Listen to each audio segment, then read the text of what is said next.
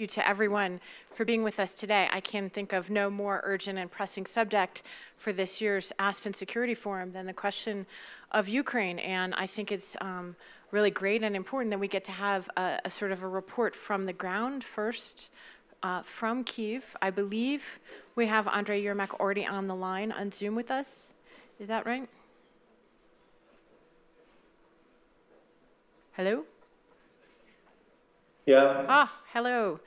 Can you hear us? Hello. Hi. Yes. Yes. Thank you so much for joining us today. I think everyone here in Aspen at the Security Forum is eager really to hear your report from the ground. And I think we should just jump right in to that. There is an enormous investment among almost everyone here in the question of how Ukraine is faring in its summer counteroffensive against Russia. There is a sense and a fear and a concern that it's not going as quickly as we would have liked. And we would really value, I think, you beginning today by giving us a report on where you think things stand weeks into this counteroffensive and what we should be looking for next. Thank you so much.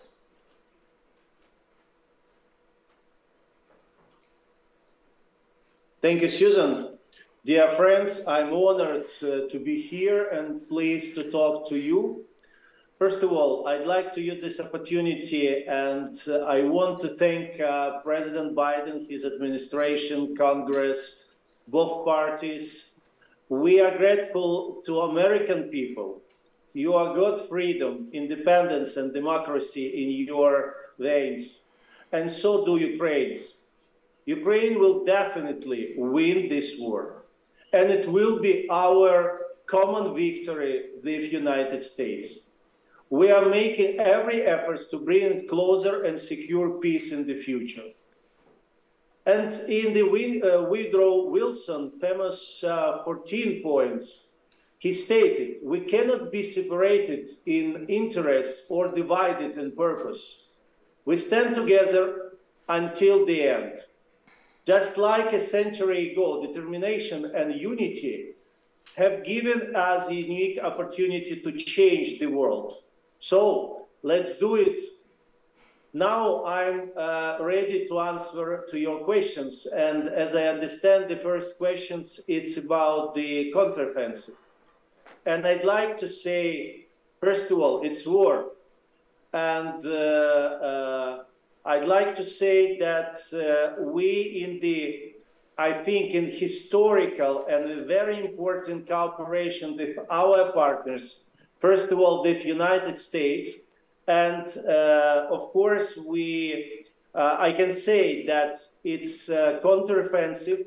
It's going not sample, once again, because it's war. And it's very difficult to be sure and to guarantee that it will be this, particularly by this speed. But in general, it's going by plan.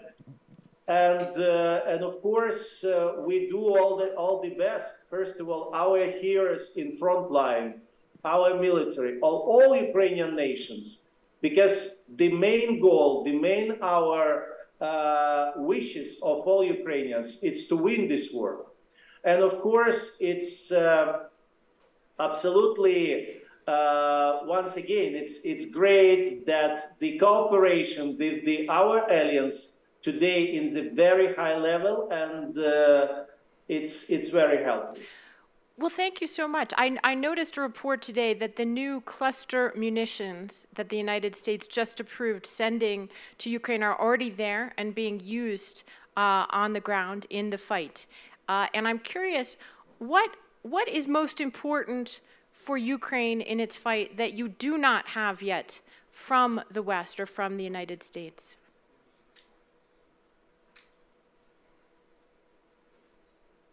First of all, Susan, thank you very much that you are mentioned about cluster ammunition. Yes, it's great, and thank you very much for these decisions, for President Biden, once again, for Congress, for all American people. It really was very important. And I can my answer will be very simple. This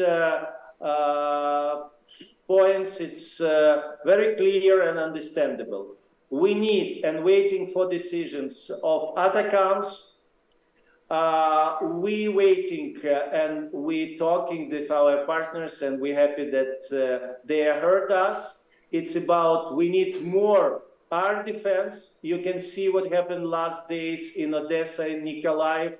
You know, I'm sure about what happened with the grain corridors, and this is a problem not just about of Ukraine. It's a problem of the world, of the many countries.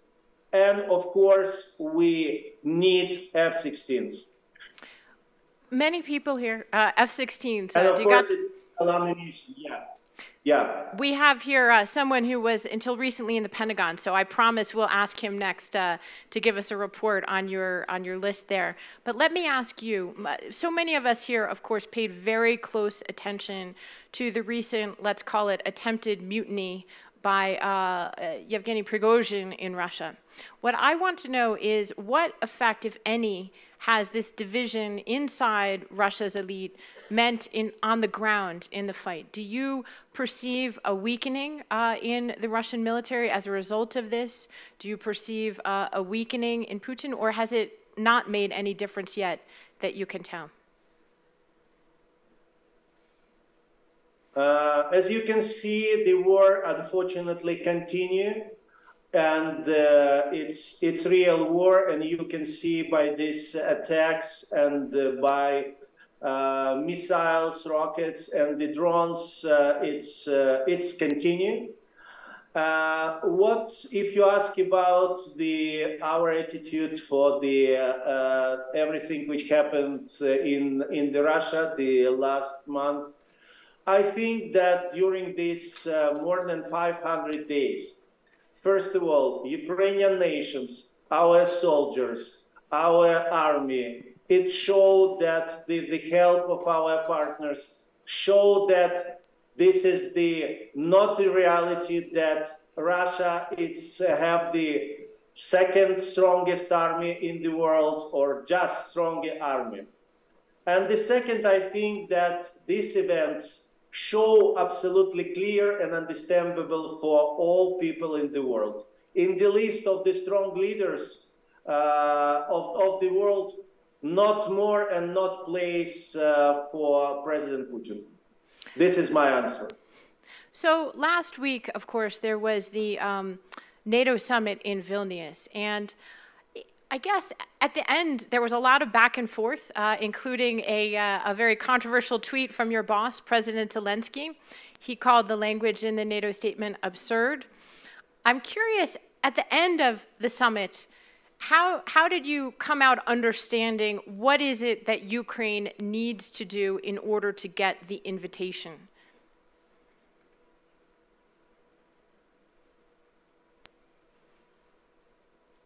First of all, I'd like to clarify that the tweet of President Zelensky was about his estimate and for what goal he going to this summit. And I'd like to not found another and more sense of this tweet. The second, it's necessary to look to the exact results of the Vilnius summit. And as I said, President Zelensky's summit was successful, but of course, always it's possible to make it more successful. But most important that we back to Ukraine and we exactly understand what our next steps. First of all, we have to win this war and as soon as possible. And of course, we continue our cooperations and our coordination with our partners, and you listen and we listen in this summit that all alliance not just believe, they sure that Ukraine will win. Second, Ukraine needs to get uncrowned security guarantees. And I'd like to use this opportunity to say thank you very much, because we have long and hard work. In the results of this work was announced declarations, And of course, it's a great work of my co-chairs of the international group of experts, Mr. Rasmussen. I'd like to say thank you very much, my colleagues, advisor of national security of the Alliance of G7, first of all, Jake Sullivan, Emmanuel Bon, Jens Plotner, and many others, Tim Barlow, the colleagues from Japan, the colleagues from Italy, the colleagues from Canada, and other countries. And the third, we need to continue working on the implementation of the peaceful formula of President Zelensky. And now I'm very involved of the preparation of the very soon second meeting in the level of advisors, in which we continue the consultations for the goal to organize peaceful summit. I'd like to say that, and this is confirmed by all colleagues, not just from the country of G7, and it's also from the country from Global South. Its platform, which united the world, because 10 points of the peaceful formula, it's not just about how to end the war in Ukraine. It's about the big crisis which arose and appeared as a result of this war. I mean about the crisis, it's about food security, it's about nuclear security, it's about ecology, and of course, it's about the very important humanitarian things, because for Ukraine, we need to back not just our territories, we need to back all our people, especially, and one of the very painful for us, we need to back all our Ukrainian children who was illegally deported to the Russian Federation and occupied territories. And now we are working. I'd like to say that we already, the list of the country which we involved, very impressed. It's 3-4 times more than we have in the meeting in Copenhagen, and we continue this work. Once again, thank you very much for all colleagues in all the world, because it's really very important. Andrei Yermak, we want to thank you very much for being with us, joining us today from Kyiv, and we look forward to hosting you here in person next year once the war is over. So thank you very much, Andrei Yermak. Thank you very much, and I'm sorry that I can't be today with you physically, but I hope very soon after our victory we can meet. Thank you very much. Slava Ukraini!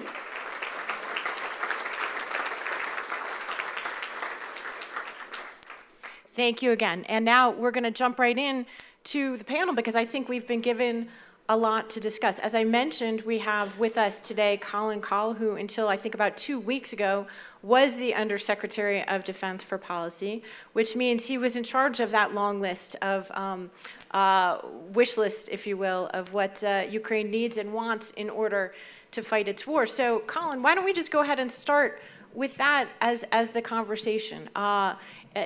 Many of us here have gotten used to what seems like a bit of a pattern that has sort of unfolded, probably not necessarily by design, that we've gone from one round of debates over weapon systems to another, most recently the cluster munitions. Andrei Yermak mentioned the ATACMS.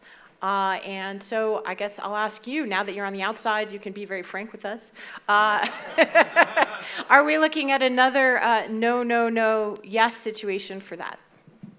Well, thanks. It's great to be with you all.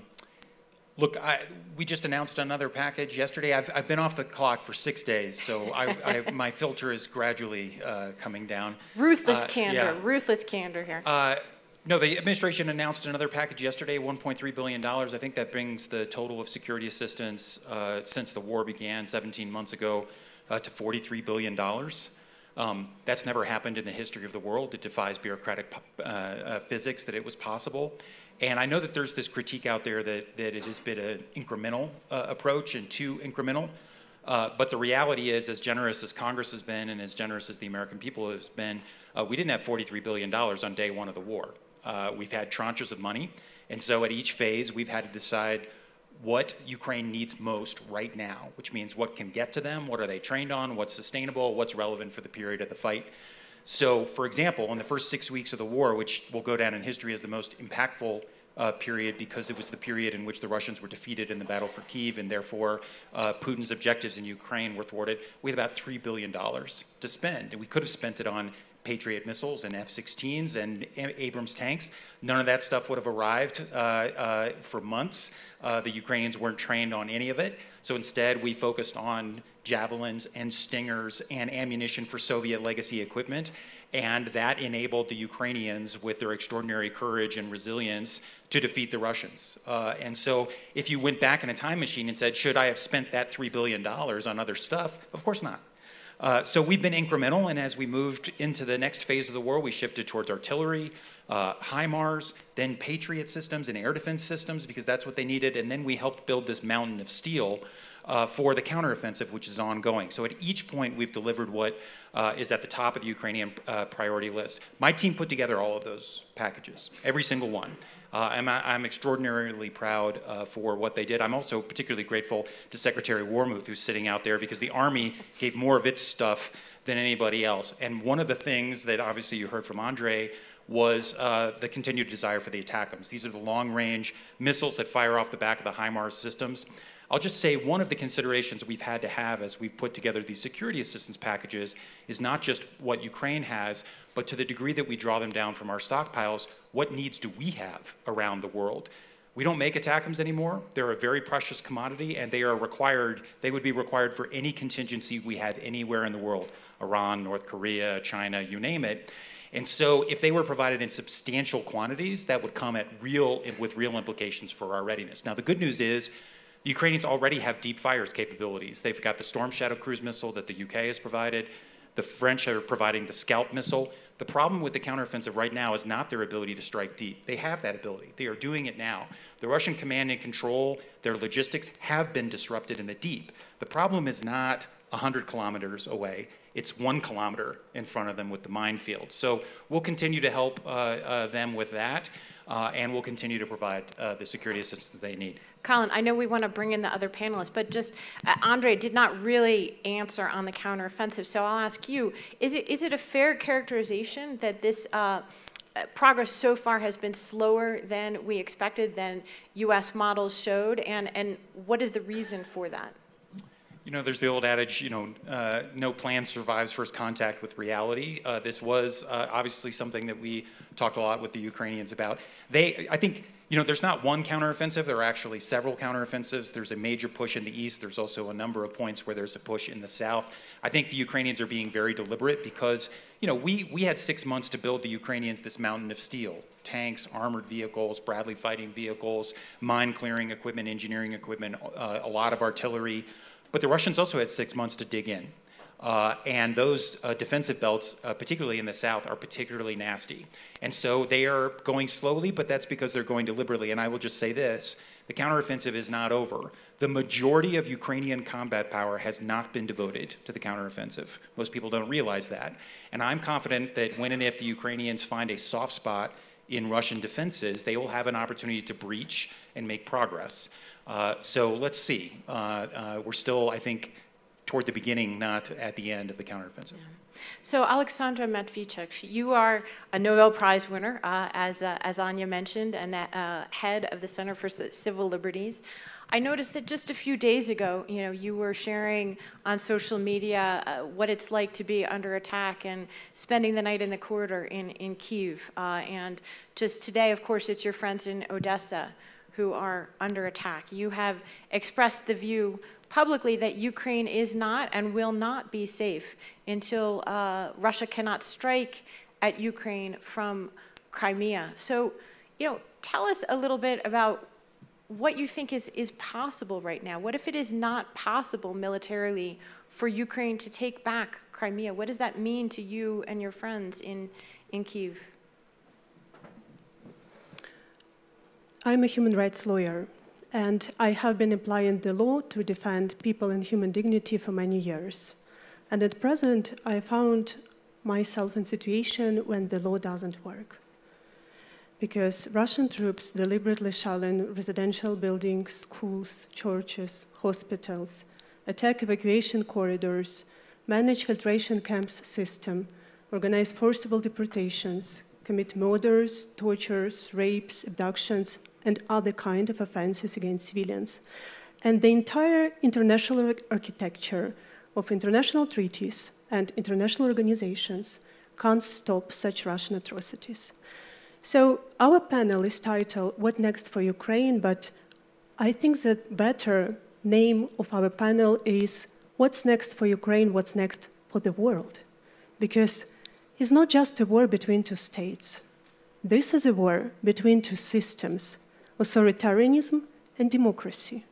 Putin started this war not in February 2022, but started this war in February 2014, when Ukraine obtained a chance for the quick democratic transition after the Revolution of Dignity.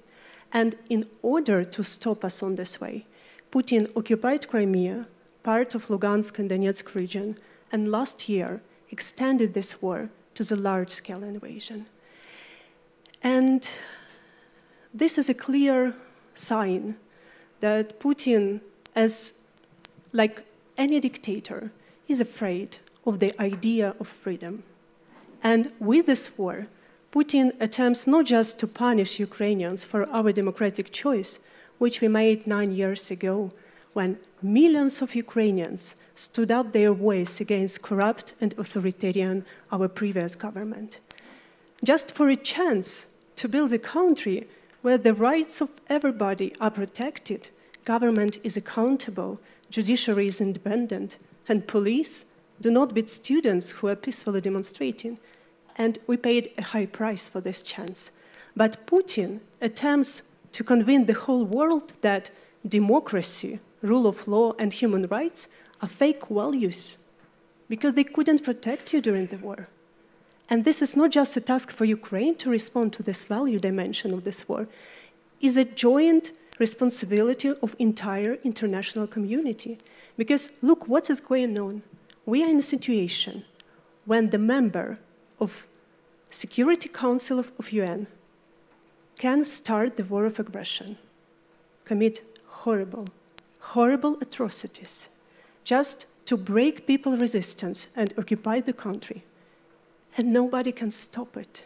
So may I ask you, as a human rights defender, how we, people who live in 21st century, will protect human beings, their lives, their freedoms, their dignity?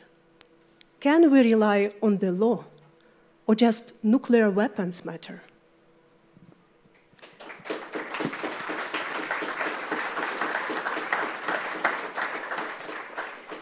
Phil Zelikow, I'm not going to ask you to bear the whole burden of answering Alexandra's very important question, but I do think that she has raised some of the big picture issues that are faced here, and Andre did as well, which is what does it mean to offer a security guarantee to Ukraine at this moment in time? President Biden often speaks of the U.S. being willing and committed to fight as long as it takes. But of course, there is a political reality of an election here in the US, as well as elections that will take place in European partners over the next year. Do you think that we're in a position to offer a security guarantee, or to in any way really respond to the profound question that Alexandra has asked us? I think the way to think about this is life is answering this question now. Are we or are we not actually guaranteeing Ukraine's security in life, in results? And that's the real measure, not what performative gestures we utter at a meeting in some foreign capital. And what I'd really like to emphasize, because Colin has already addressed the traditional military stuff in the battlefield that everyone is following, I'd actually like to call your attention to the other battlefield, the other part of the war. This is a war of staying power. Russia knows it, and a lot of Ukrainians know it. And there's bad news and there's good news. The bad news, and friends of Ukraine need to be clear about this and talk straight to each other about it. The bad news is Ukrainians are moving towards what could be a winter of discontent, to borrow a phrase Bob Zelick used recently. Last year, Ukraine lost 29% of its GDP. More than a third of the population of Ukraine is displaced, and a large fraction of that has had to leave the country and is wondering whether or when they will ever come home. This is a country, the largest country that's wholly inside Europe. It has no civil aviation. Its transportation system has now gone back to the 1950s. It's losing its access to the sea, and this is a country whose basic business model was the export of food and fertilizer to the world for a lot of its business and economic growth. And it's a country that is financially insolvent. Simply to keep the lights on in the Ukrainian government, it's getting budget support from the US and the EU in the neighborhood of $3 billion a month, not a year, a month, 100 million a day. And that doesn't touch the reconstruction costs, which are in the hundreds of billions, and that was before the destruction of the Kakhovka Dam and much more. That's the bad news. In other words, Russia, Putin looks at this and says, why do I need to stop the war? My enemy is entering a period where eventually its social, society, and economy may disintegrate. The good news is, one, the Ukrainian people in the crucible of this war are emerging stronger than they were before the war. A generation of Ukrainians, like Alexandra actually, are coming into the foreground and are determined to build a new society after the victory, as they say. Two, Europe and the world has united behind Ukraine in a really heartening and gratifying way, in a lot of different ways. In other words, a lot of people are convinced by Alexandra's argument and are looking for a way to demonstrate accountability and help. And third, in a unique circumstance in the history of the world, the aggressor state left the means to help its victims in the jurisdiction of law-abiding states. Russia left more than $300 billion in dollars and euros in bank accounts inside law-abiding states, which has now been frozen by those states, and is sitting idle waiting to see if it can be mobilized to help Ukraine. In other words, the willpower, the people, and the means are at hand to launch what Bob Zelick and Larry Summers and I have called the other counteroffensive, a European recovery program that offers hope to Ukraine, to the region, to the future of the European Union, and to a sense of justice and accountability if we can mobilize this as we move from the stage of sanctions to the stage of countermeasures and launch the other counteroffensive. So, Phil, I do want to ask you, though, about the other scenario, which is that Vladimir Putin will be able to wait out the resolve of the United States and other countries. And looking ahead to our election, I'm wondering what you think is possible to do in order to Trump-proof the U.S. commitment to Ukraine. It's not a forever commitment if we can change our policy in 18 months. I think actually if the United States, Europe, and the world successfully launch these other counteroffensives, and those are up and running by next year, it will be impossible for any American president to then try to undo them. Huge forces will be put in motion that are clearly helping an embattled democracy, and I don't think any American president will then want to turn the ignition off on that car. Alexandra, you mentioned your work as a human rights lawyer, and actually Andre mentioned, some of the atrocities that Russia has committed against civilians in Ukraine in the course of the war. I'm curious, number one, whether you think it's possible to pursue accountability for Russia while the fighting is still going on, and then number two, what you've learned about the Russian way of war, which seems very much directed right at Ukraine's civilian population. That seems to be a core part of their entire strategy for this conflict. Russia uses war crimes as a method of warfare. Russia deliberately provides enormous pain and suffering to civilians in order to break people's resistance and occupy Ukraine. And all this hell which we now face in Ukraine, it's a result of total impunity which Russia enjoyed for decades. Because Russian troops commit horrible war crimes in Chechnya, in Moldova, in Georgia, in Mali, in Syria, in Libya, in other countries of the world. And they have never been punished. Russians believe they can do whatever they wanted. That is why we must break the circle of impunity, not just for Ukrainians, but to prevent possible Russian attack to other nations and other countries. And in order to do it, we have to change our way of thinking.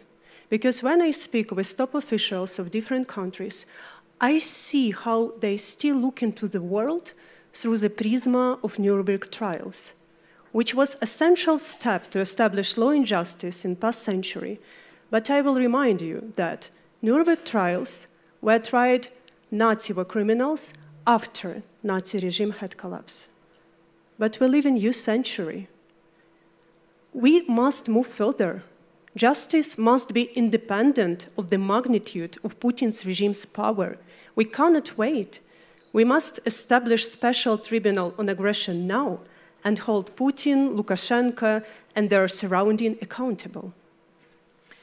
So, Colin, many of your colleagues have talked about the war in Ukraine as, fundamentally, at least right now, as a conflict that's focused on artillery and air defense, that those have been the most urgent and pressing needs for Ukraine. And that was the explanation that the Biden administration used for why it very reluctantly decided to send the cluster munitions to Ukraine, despite objections from many politicians here, despite many European allies who've actually signed on to the international convention.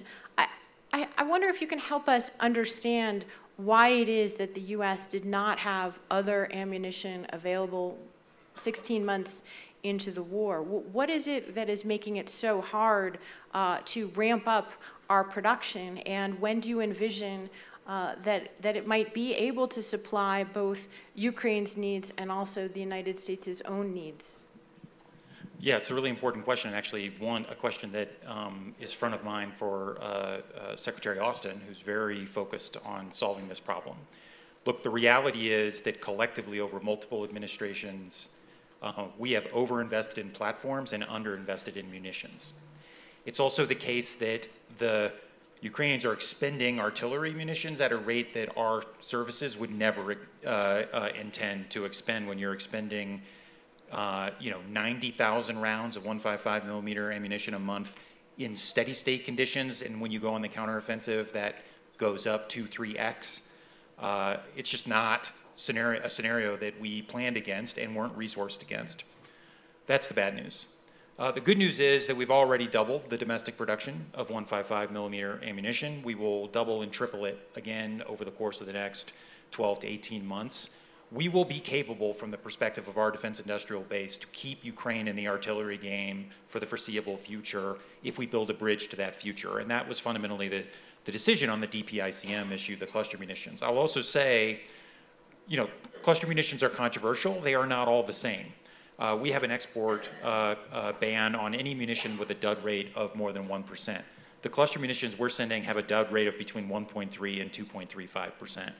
Contrast that with the cluster munitions the Russians have been using with impunity against Ukrainian civilians with a dud rate of 30 or 40%. And even had we not provided these weapons, for the next 30 or 40 years, Ukraine is going to have a demining issue because there's enormous, not just the minefields scattered throughout the South, but unexploded ordnance throughout the country.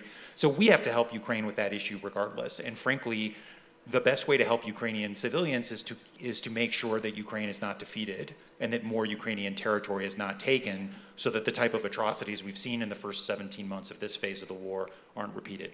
So I want to ask you one more question quickly before I come back to Phil, and that is about Russia, because we spend a lot of time, talking about Ukraine, talking about NATO. I would like to know what has been the Pentagon's assessment of whether Putin has been weakened by the recent events in Russia, and whether you've seen any evidence that that's made a difference on the ground in Ukraine, and also why is it, that Russia is attacking these civilian targets? Is that a militarily valuable tool for them at this point? Are there other escalations, and I'm not talking about nuclear escalation, are there other escalations that we could potentially be seeing in the coming months if Russia's efforts do not bear better fruit with doing what they're doing right now? You'd have to ask Vladimir Putin why he's attacking Ukrainian civilians directly. I think if it's an effort to terrorize and coerce, it's demonstrably failed, and it will continue to fail. It's brought Ukraine and the Ukrainian people closer together. And I think it has a whiff of desperation to it. I do think it speaks to Phil's point, which is part of it is to put a strain on the Ukrainian economy and infrastructure in a way that creates a lasting burden on Ukraine and the West, but I will defer to Phil on that. I would say two things from the Pentagon's perspective. First, regardless of how the counteroffensive goes, Russia has already lost the war strategically.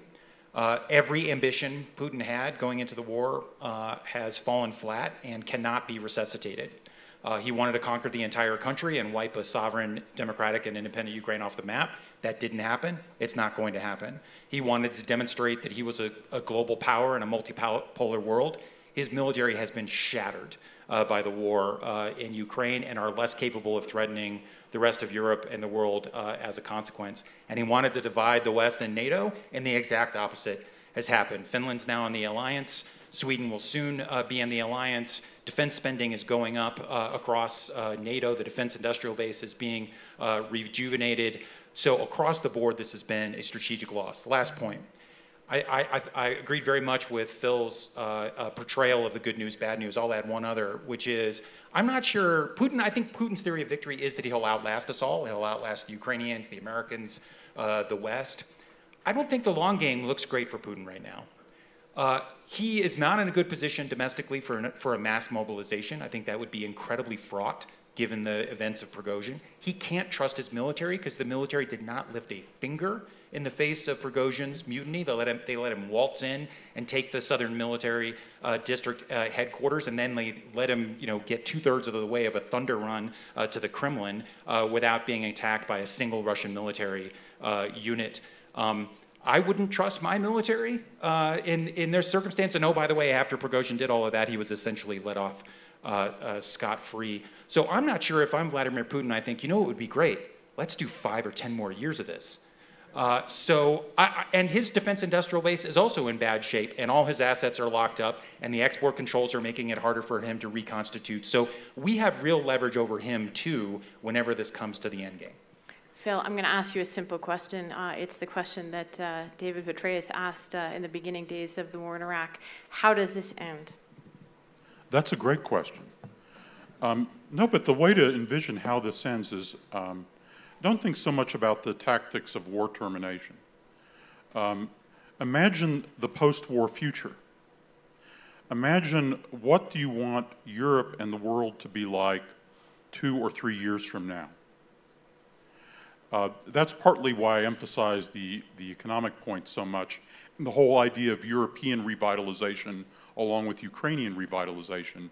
There's a level at which, the Korean War was fought to a draw on a ceasefire line, but South Korea was then beginning what would become a historic economic revival. The political and economic health of South Korea is what ultimately guaranteed its future and its safety, and actually changing the whole nature of East Asia. You can repeat this illustration. So you have to envision, what's the post-war world we want to envision? Then what are the things we need to do then to start advancing that vision and get there? And get there in a way in which whatever Vladimir Putin wants to do or decides to do, Ukraine's going to be on the upward path. Ukraine is going to have a promising future in Europe. And that future is going to be the living rebuke to what Putin is doing in neighboring Russia.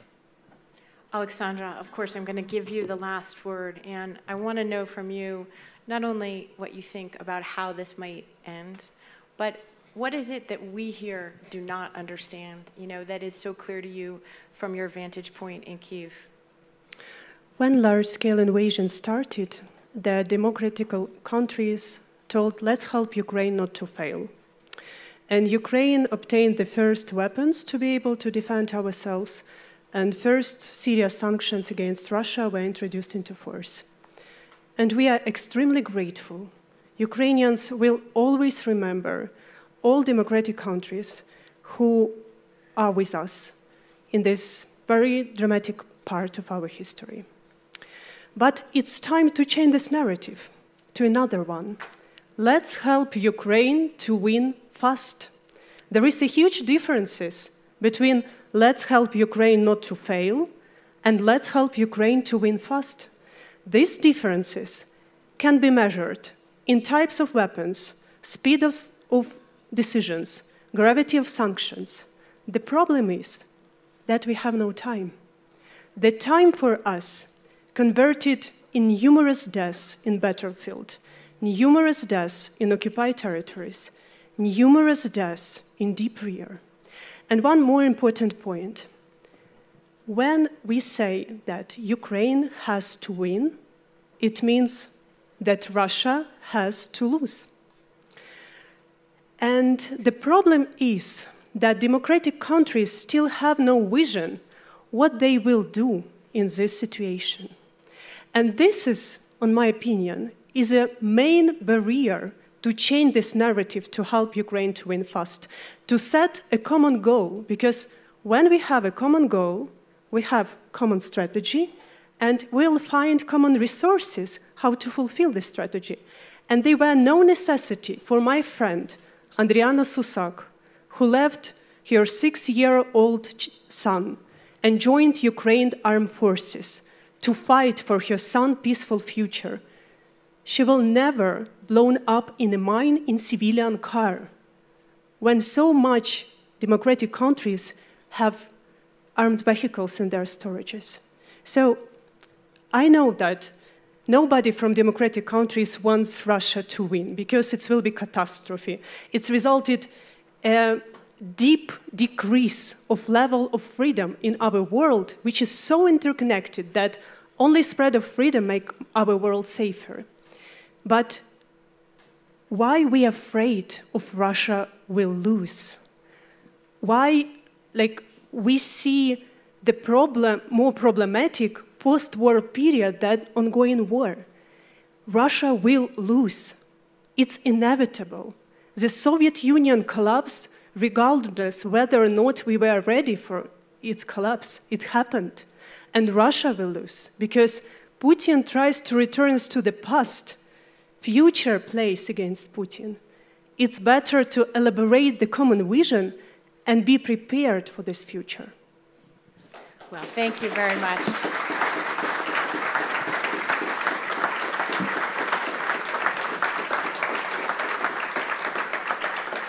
Alexandra, I can't think of a more important note to end on, and maybe Anya will have us back and a new group to discuss the implications of Russia losing. How about that? Thank you, everyone.